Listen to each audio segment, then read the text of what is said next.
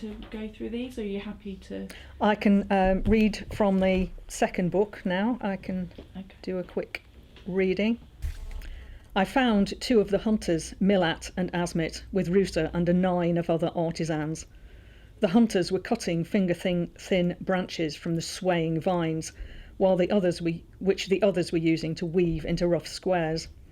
One glance told me that I could do nothing but get in the way of the artisans, who were pushing the cut stems back and forth, in and out of each other, with a speed and skill I had no hope of matching. The wind plucked a half-finished hurdle from the paws of those working on it, and flung it into the air like a leaf. In moments it was over the vines and away, fortunately without hitting anyone on the way. I'd let go of the unsecured end of the hurdle, and it tossed about wildly. I made a grab for it, tripping on a root, and almost pulling the whole thing loose as I fell. My snout, my paws and my feet were all numb, and it hurt to curl my fingers around the edge of the hurdle as I held it firm. Snow crept through shredded fronds and lashing branches, settling against sodden blankets and vine trunks. The great spiral had never seemed so remote, so unreachable, but beneath my blanket my right paw spiralled endlessly across my tunic as I prayed for the wind to subside, while my left paw clenched in rage at the storm for making me feel so helpless. When I did finally manage to sleep, my dream was of Drew. He was clad in the heir's cream tunic, and this was a different vision to any I'd seen before. Instead of snow, I saw Zaxel-strewn black rock, and instead of a banner of triumph, he had wings in his hands, severed wings, covered in blood.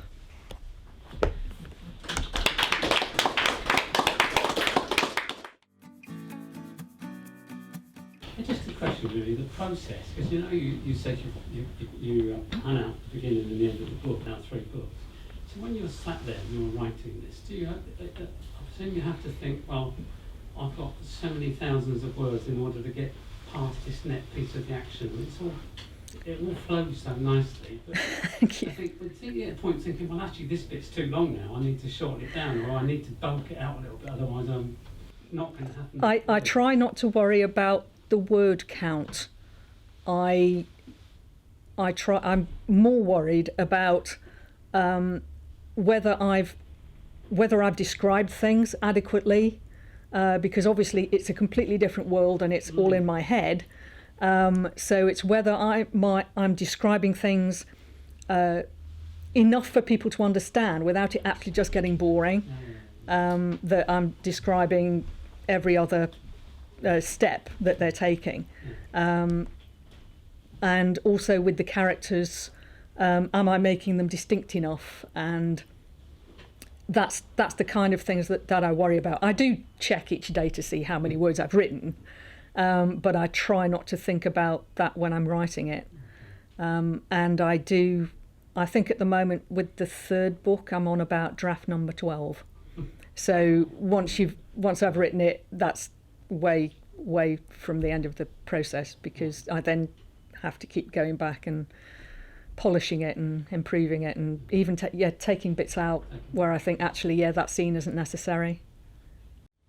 So did you find it easy to find a publisher in the first place? I entered the first book in a competition from Writing Magazine, this one here, to win a book deal. And I didn't win, but I was shortlisted. Then actually in the same magazine a few months later, at the back of it has a marketplace section where it tells you which publishers are looking for novels, which publishers are looking for articles, magazines that want short stories and that kind of thing. And there was a piece in it that said Mirror World Publishing will be opening for submissions in September for speculative fiction. Gave a few details about the sort of thing that they wanted, and I thought that might be quite a good fit for my book. So I sent off the first 3 chapters and a synopsis and a covering letter, and a couple of months went by and they came back and said, we like this, can you send us the rest of the manuscript? So at that point it was a big relief. So I got the contract just before Christmas that year, so it was a lovely Christmas present. Is there any talk of film rights? Are we going to? Yeah, that would be great, wouldn't it? No, it obviously hasn't got into the right hands yet, but and obviously it would have to be completely CGI, so that might be a bit expensive.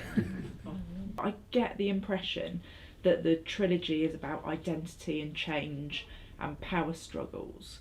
That could be seen as being reflective of like the journey of people growing up and going through adolescence. What are the kind of major themes, I suppose, that are running through? Certainly the power struggle, yes, absolutely. Also, the sort of it's about not underestimating people. They might not be able to fly, for example, but the youngsters who've hatched without the wings have other strengths that begin to become apparent, and which in the end should be quite important. So it's about sort of, play to your strengths and that kind of thing. If, there was somebody who wanted to, do what you've done, write a novel, what would be your advice to them in getting out there and getting something published? I would say probably don't start with a novel, because it is quite a daunting thing to do. Perhaps start with short stories or articles for magazines, things like that, just to kind of cut your teeth and to help you find your style and your voice, to find the way that you work best, because you might be one of those people who's happier starting with a character and finding out what happens to them. You might work, in a completely different way. You might want to find out that you can't work unless you've got half a dozen post-its and charts and things on the wall. But I would say start small, ideally, and then kind of work your way up to it. And then if you have a big idea that you suddenly think, oh, actually, I think this might make a book, you'll already have your technique and your style and your voice there.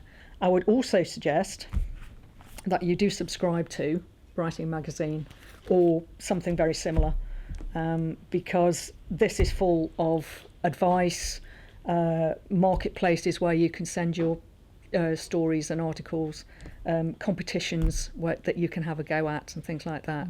And also, if you're really not confident about your writing, or you want a little bit of constructive feedback, see if you can find a writing group. Your library may be able to help. Yeah, you never know. Thank you very much. There is one last thing I would like to say, and that is how important Cheadle Library was to me growing up. Because if you're going to write, you need to read and keep reading and read all sorts of things. And as a child, Cheadle Library played a very important part in my life in finding me different books, and sometimes the same books that I would read over and over again. But it was a huge part of my life growing up, and as a result, I've gone on to actually write something. So, Thank you. Thank you. Thanks very much.